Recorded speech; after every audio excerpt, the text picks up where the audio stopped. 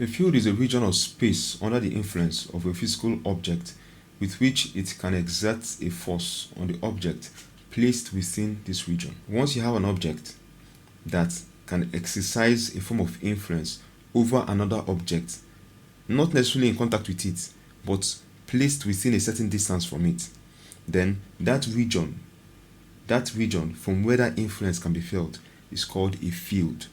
Okay, a field of influence of the other object. Okay, so the types of fields we have are the gravitational fields, magnetic fields, and the electrical fields. The gravitational field is the influence region around the surface of the earth for which the pull of the earth can be felt. So once you're within that region of influence, the earth will pull you to itself. We have the magnetic fields. That is also the region of influence around a magnet. Okay, so we have electric fields. These are also fields that are like the region of influence around electricity. So let's look at the first one, gravitational fields. The pull effect of the earth is least experienced at the equator, and it increases at the earth's poles. Gravitational pull of the earth is the same for all bodies, no matter your size, no matter your mass, it's the same.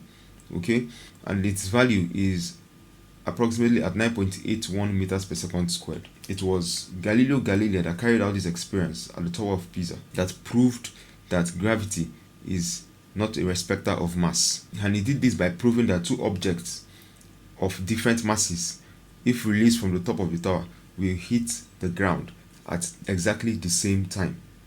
Alright? Okay, so the only opposition that creates a time difference of landing will be the resistance of air. Okay, frictional force between air and the surface traveling through air. Okay, that's what would hold or change the landing time, but not gravity.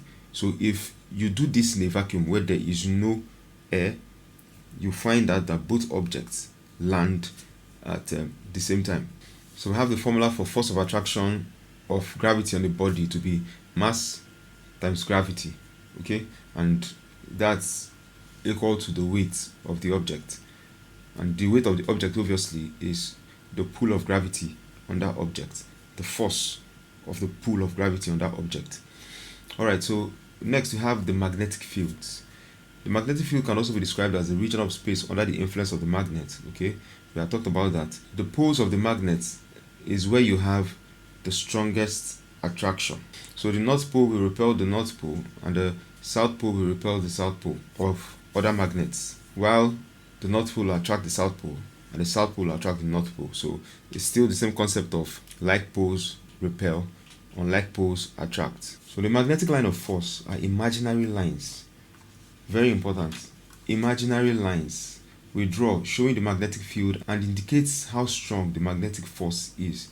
Okay, so when you say something is imaginary, it means it's not in existence. So these lines are not truthfully in existence. For example, if you see a magnet, you're not going to see these lines physically on it. Okay, but there are ways you can actually get to see these fields. For example, if you take iron filings and bring them close to the magnet, maybe put them on a paper and bring them close to the magnet, just unsettle them a bit, like just shake them a bit, you will see they will take this kind of shape. Okay, so that's a way you can really get to see these lines of force, but they are actually imaginary, so you can't see them, but you can experience and feel them.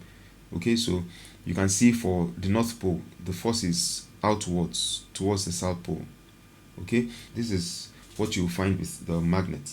Note that the density of the lines, that's how close the lines are to each other, determines the strength of the fields. Remember we said that the magnetic force is felt mostly at the poles. So you see we have a high concentration of fields here and a high concentration of fields here.